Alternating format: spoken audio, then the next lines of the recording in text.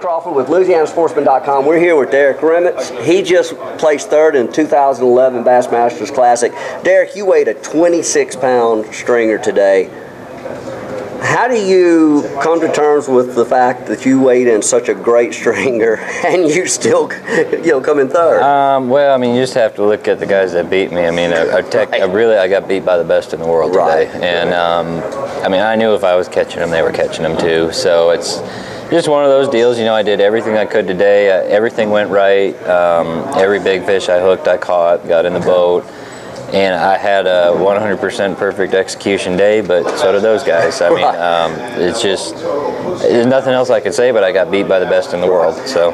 And y'all were all fishing pretty close to each other. Yes, we were. Yep. So how hard is it in that situation when you're catching? I mean, you caught an 8-pounder. When you're catching beasts, and you know that they're catching beasts. How hard is it to really concentrate on what you're doing and not look around to see what? For me, I just try to give myself tunnel vision. I mean, I know they're catching them, and there's nothing I can do about it. The only thing I can do about it is catch more or catch bigger ones. So you really have to have that mindset, I guess, coming into it, that you just pay attention to the task at hand, and you can't worry. I mean, it'll wear on you otherwise. Right. If you go an hour without a bite and you watch, oh, there's Aaron catches a 6, oh, there's VanDam catches a 7, oh, Aaron's got a 5. I mean, that'll play with you. So you just have to block it out. Is all. I mean, and that's about all you can really do. Yeah. So. Okay. Now I know that they were fishing with crankbaits today. Were you fishing with one as well? Yeah, I fished crankbait all 3 days. Time. Yep. Okay. Square bill or? Yep. Okay. I should have thrown a spinnerbait the first day. Maybe could have caught them a little better, but hindsight's 20/20. And so what crankbait were you using? I was using the Lucky Craft 1.5. Okay.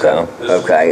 Now, were you focusing on stumps? Were you just stumps was the key. The first day, well, a little bit the second day.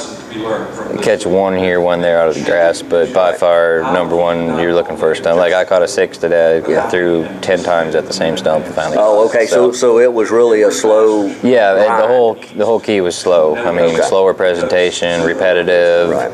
I caught 3 of my best fish off that stump today. Really? Yep. Off the same stump? Yep. Wow. So is it an issue where you're hitting that stump and killing it? Yeah. Well, you see, because like we were talking earlier, the bite was so light that when you're cranking and you feel the grass, then you feel it hit that wood, and to try not to get stuck was the key, because it's cypress stumps. So I'm pretty sure cypress stumps, they're real sticky, and if you touch them, they're all broken up a little bit. So you have to be real careful. Like if I felt it coming on a stump, I would just either grind it real slow and hold my rod up, and then if I felt like it was going to get stuck, I'd try to throw it back at it a little bit, and then try to wind through it, and that's usually when I would get a bite. So when you sort of die off or slow it down. Well, and mainly, the main thing was trying to hit the center of it. You're not knowing you're hitting the center of the stump, but when you come across, you're not actually seeing the stump. Yeah, you can't. The water's a little too dirty to see anything. Right. So. Okay.